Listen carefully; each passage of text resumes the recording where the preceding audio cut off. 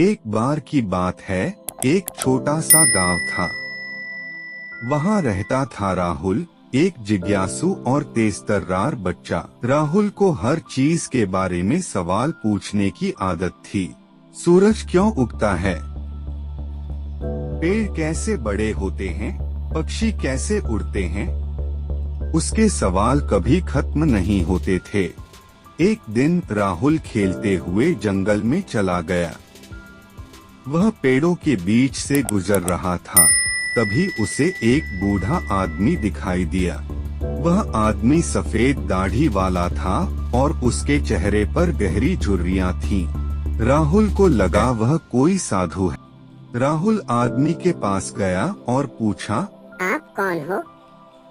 बूढ़े आदमी ने मुस्कुराते हुए कहा, बेटा, मैं मेन हूँ। राहुल चौंक गया। मेन? क्या आप वो मेन हैं जो सब कुछ जानते हैं? बूढ़े आदमी ने सिर हिलाया। कुछ चीजें तो मैं जानता हूँ। राहुल खुशी से उछल पड़ा। उसके सवालों का जवाब मिलने का समय आ गया था। उसने पूछा, तो बताओ, सूरज क्यों उगता है?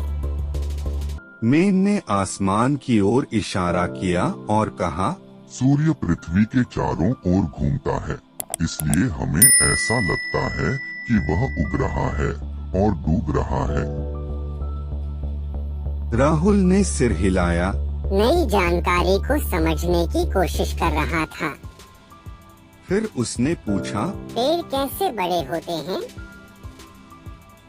मेन ने जमीन की ओर इशारा किया और कहा, पेड़ जमीन से पोषक तत्व लेते हैं, पानी पीते हैं और सूरज की रोशनी से अपना भोजन बनाते हैं, इसीलिए वे धीरे धीरे बड़े होते हैं।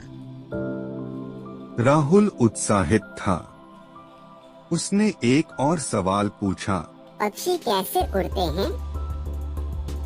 मेन ने अपने हाथ फैलाए और कहा, पक्षियों के हल्के हड्डी, खोखले पंख और मजबूत मांसपेशियां होती हैं। ये सब मिलकर उन्हें हवा में उड़ने में मदद करते हैं। राहुल सवाल दर सवाल पूछता रहा और मेन धैर्यपूर्वक जवाब देता रहा। सूर्यास्त होने लगा तो राहुल को घर जाने का समय हो गया। वह जाने से पहले मेन से मिला और धन्यवाद दिया। आज मैंने बहुत कुछ सीखा। मेन ने मुस्कुराया और कहा, याद रखना राहुल, सीखने की प्रक्रिया कभी खत्म नहीं होती। हमेशा सवाल पूछो, दुनिया का निरीक्षण करो और सीखते रहो। राहुल घर वापस चला गया। उसके दिमाग में नए ज्ञान से रोशनी हो रही थी। वह उत्सुक था कि अगले दिन वह क्या सीखेगा। कहानी से सीख की जिज्ञासा सीखने की कुंजी है। सवाल पूछने से कभी मत डरिए।